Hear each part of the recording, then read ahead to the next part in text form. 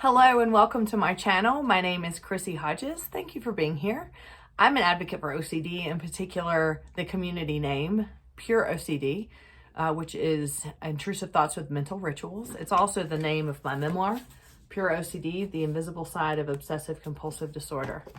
I'm a certified peer support specialist working with people around the world, providing support. I also run support groups, and I do referral consultations to help connect you to therapists who are specialized in treating OCD. NOCD is an app. Inside of their app, you can connect with other people, you can get resources, and they also do ERP through telehealth in so many places across the world. Check them out at treatmyocd.com or nocd.com.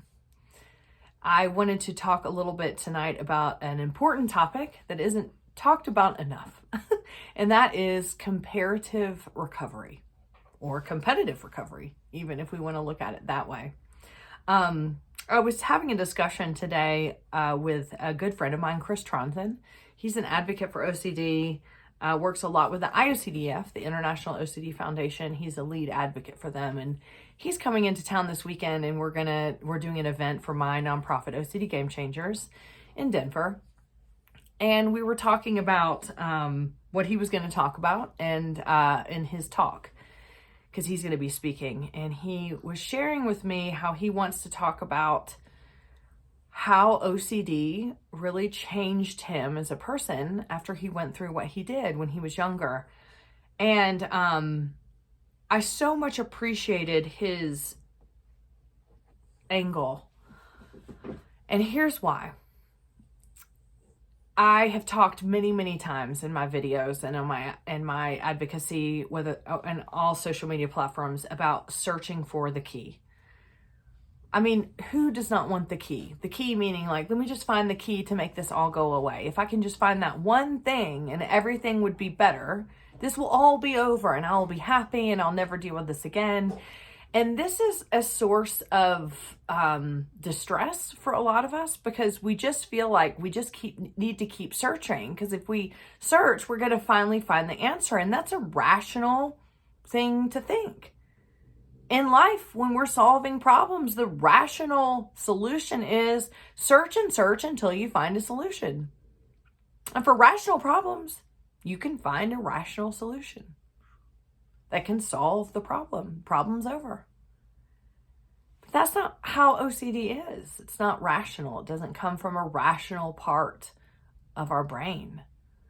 And so to search for a rational solution, the key, is just going to keep us searching and searching and searching, and always feeling exhausted.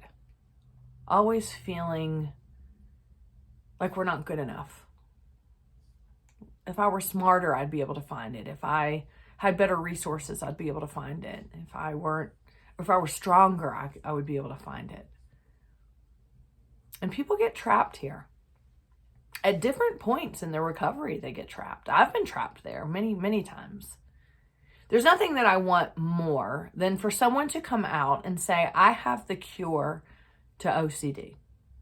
Really. And we feel like this with any ailment, illness, anything, disease, anything in the world. We want the cure. We want it to be over.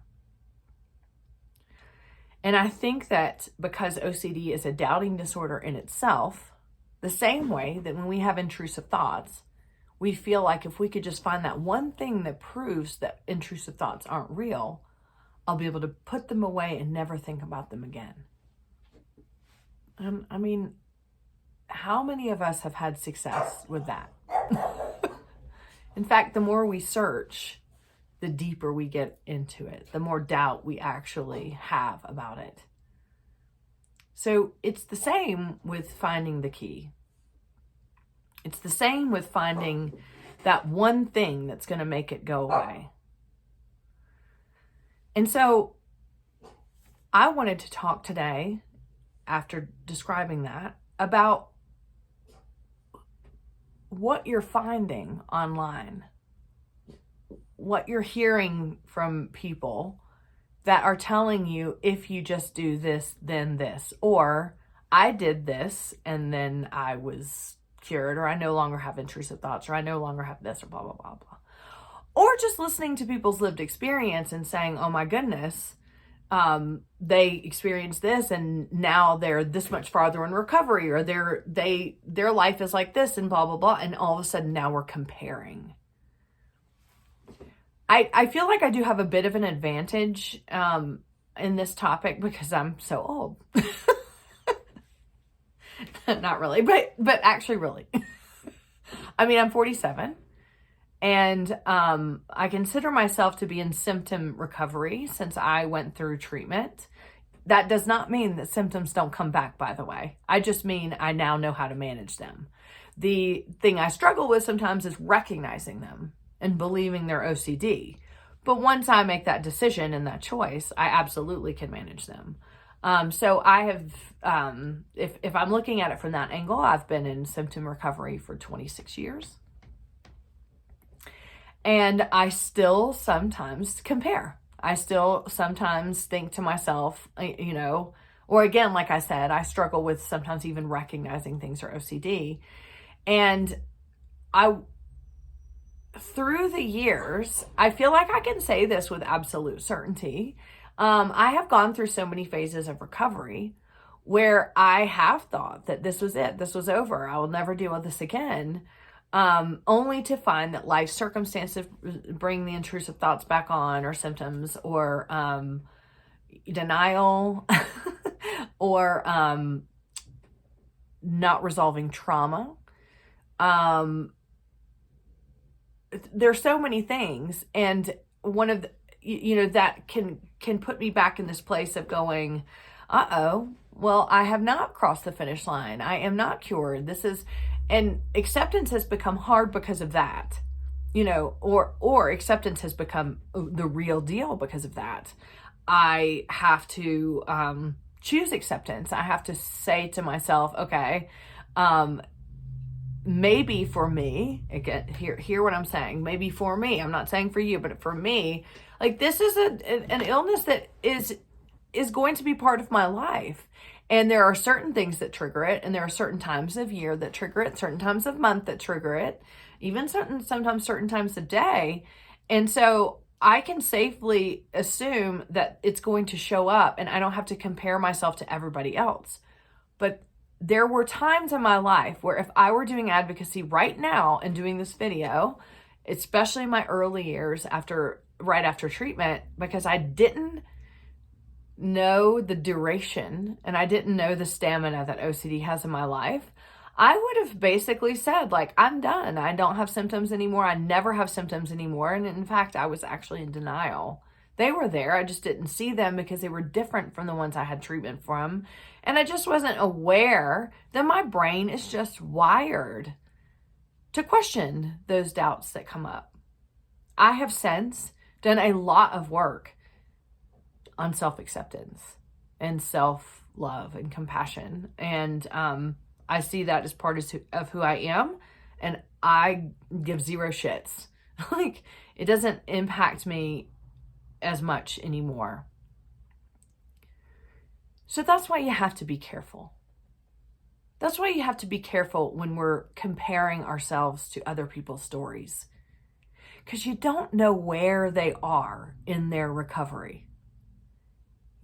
A lot of people, and this may be true for you or maybe not, it doesn't matter, but a lot of people get out of therapy and they're like, I don't want anything else to do with OCD ever. Get it as far away from me as possible. This was me in my 20s. I am cured. I went through treatment. This doesn't bother me anymore. I will never deal with this again. And I went directly in denial.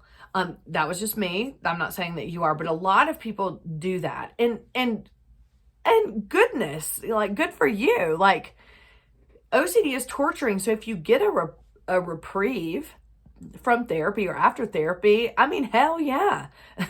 Take the time off, celebrate, do what you need to do. It's the relapse that typically gets people, that it's like, uh-oh, it's back. But it's not back. It was always there.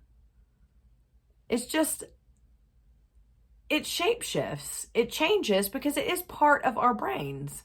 It's part of how we function. I think that, you know, there's been a lot of talk lately about the term chronic. But it is okay to say that OCD is chronic if we are understanding how to use the word chronic. Chronic meaning it's continuous in our life. But once we learn tools to manage it, and this can be 1 round of ERP, 5 rounds of ERP, 1 round of ERP, 5 rounds of ACT. Let me do some trauma therapy over here for my childhood stuff. Let me do this and that. Like whatever you need to do, to get it, to get recovery where you need to just keep building and more easily recognize, more easily engage in how you use those tools to reduce the symptoms and reduce the suffering and distress. For me, that is recovery, continuing to build, continuing to learn and sharpen my skills on how I can build this person that I am that has a disorder that can sometimes throw a wrench in my day or my week or my month. And I can say that, like I was saying earlier, because I have been through several decades of living with OCD. Several decades. And each decade was different. Each year has been different. So when we look at other people's stories and all of a sudden we go, oh no, they experienced these symptoms and I didn't, so that must mean this theme isn't real and I don't have OCD and this is real. Be very mindful of how you're receiving the information from someone else's story and what's going on in your brain. There's a fine balance between using lived experience as hope, as motivation, as if they can do it, I can do it too. And oh my gosh, this person says they have 0 symptoms and they have had OCD as long as I have, and we had the same treatment. What does that mean about me? There's a fine line between those two things. In recognizing everybody's journey is different. Everybody's recovery is different. B, stages of recovery are very different. I might be in a stage right now that I think I'm cool and this is where it's going to be always. And in 10 years from now, I'm like, whoa, look at all I learned. See how I'm not necessarily being negative about it? It just is a continued growth. So just be very aware. What are your intentions when reading people's lived experience or watching or following different accounts, including my videos, by the way? What are your intentions? Are they to feel normalized? Yes. And assured? Yes. You do not want to feel alone with this, and I totally get that, and I don't either. Are you looking at people's recovery and going, oh my God, look at their life and I should be there and I want to be there, so I'm going to follow everything that they say and do whatever they did? That we all have different backgrounds. We're all coming to treatment differently. Different childhoods, different forms of trauma, different lifestyles, different everything. And so it is going to be different for everybody. I think my point is here, and trust me, I'm including my own videos in this. So I'm throwing myself under the bus. No. What are people's accounts, their storytelling, what are they doing for you? Are they making you feel motivated? Are they making you feel hopeful? Are they making you feel less alone? Or are they making you feel worse? When you see it, you just sit there and go, oh my God, like, I don't want to think positive about OCD every day, or I don't want to think negative about OCD every day. How is it making you feel in your recovery? And are you flexible? Are you flexible in knowing that recovery is going to change? It's going to ebb and flow, and it's going to be fluid. Because long haul recovery is really just about getting to know yourself again and understanding that this is how our brains work and what tools can help us do the best that we can at recognizing, believing, and managing this that isn't distressful and isn't causing suffering. I know that's hard too. I'm certainly not sugarcoating this and saying, just find this. I'm not. It's been hard for me. And I know it's hard for a lot of you.